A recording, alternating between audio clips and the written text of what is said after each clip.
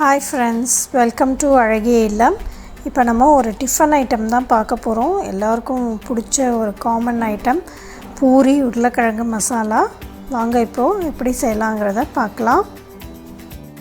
இப்போ உருளைக்கிழங்கு மசாலாவுக்கு ஒரு 5-6 உருளைக்கிழங்கு எடுத்திருக்கேன். அதை கட் பண்ணி கொஞ்சம் கல்லுப்பு போட்டு தண்ணி ஊற்றி ஒரு ப்ரெஷர் குக்கரில் 2 விசில் வச்சு எடுத்துக்கிறேன். நல்லா வெந்துடும். இப்போ பூரிக்கு மாவு பிசைஞ்சிக்கலாம். கோதுமை மாவு 2 கப் எடுத்திருக்கேன். அது கூட ரவை ஒரு 2 டேபிள் ஸ்பூன் நான் சேர்த்துக்கிறேன். ரவை சேர்த்துக்கிறதுனால நமக்கு பூரி ரொம்ப நேரம் உப்பி கிறிஸ்பியாக இருக்கும். அதுக்காக தான் அதை சேர்க்குறோம். அப்புறம் கொஞ்சம் உப்பு போட்டு இப்போ இதை நல்லா பிசைஞ்சு எடுத்துக்கிட்டாச்சு. வேக வச்ச உருளைக்கிழங்கு தோல் உரித்து எடுத்து வச்சுருக்கோம். அப்புறம் ஒரு 2 பெரிய வெங்காயம் நீட் வாக்கில் கட் பண்ணி வச்சுருக்கேன். நிறைய வெங்காயம் சேர்த்துக்கோங்க, நல்லாயிருக்கும். 4 பச்சை மிளகா சும்மா நீட் வாக்கில் கீறி வச்சுருக்கோம். இஞ்சி, கருவேப்பிலை, மஞ்சள் தூள், உப்பு. நீங்கள் பூண்டு வேணாலும் சேர்த்துக்கலாம் இது கூட, இல்லை ஒரு தக்காளி கூட சேர்த்துக்கலாம். இப்போ ஒரு பேனில் நம்ம எண்ணெயை கொஞ்சம் 2 டேபிள் ஸ்பூன் விட்டுக்கிறேன். விட்டு கடுகு, உளுத்தம்பருப்பு, கடலைப்பருப்பு தாளிச்சிக்கலாம். இப்போ இது கொஞ்சம் பொன்னிறமான உடனே நம்ம பச்சை மிளகாவை இதில் சேர்த்துடுங்க. பச்சை மிளகா, இஞ்சி,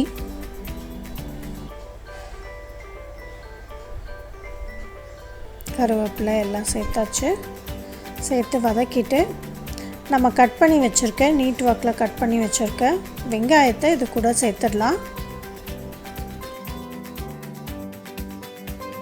சேர்த்துட்டு நல்லா வதக்கிக்கோங்க. வெங்காயத்தை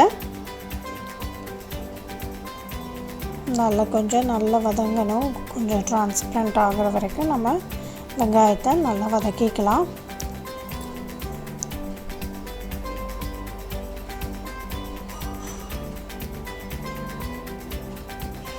இப்போ கொஞ்சமாக நான் உப்பு கொஞ்சம் ஆட் பண்ணிக்கிறேன். இந்த வெங்காயம் வதங்கிறதுக்கு ஆட் பண்ணி நல்லா வதக்கிக்கோங்க.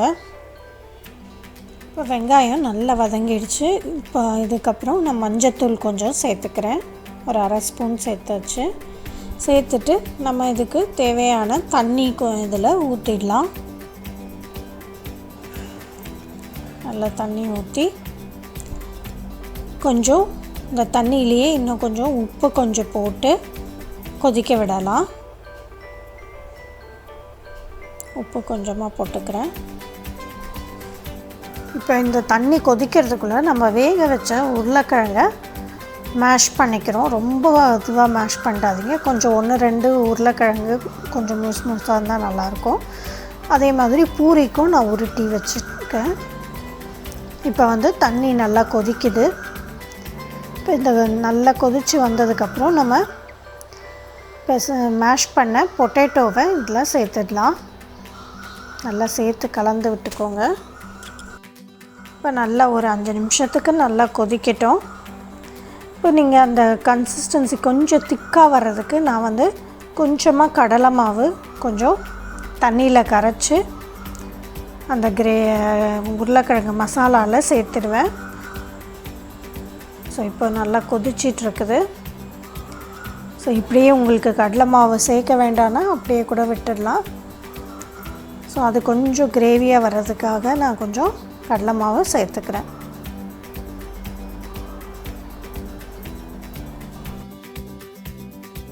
கடலை மாவு சேர்த்து கொஞ்சம் நேரம் கொதிச்சா போதும்.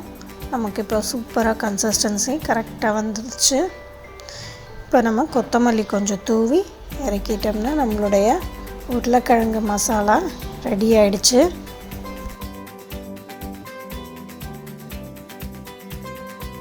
இப்போ கடைசியாக நம்ம பூரியை போட்டுற வேண்டியதுதான்.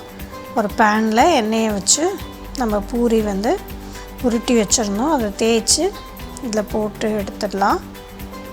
அவ்வளோதான், சூப்பராக நமக்கு உப்பி வருது. ரவை கொஞ்சம் சேர்த்ததுனால இந்த உப்பல் கொஞ்சம் நேரத்துக்கு இருக்கும். நம்மளுடைய பூரியும் ரெடி ஆகிடுச்சு. இப்போ சூப்பராக நம்மளுடைய பூரி மசாலா ரெடி ஆகிடுச்சு. செஞ்சு பாருங்கள். நன்றி.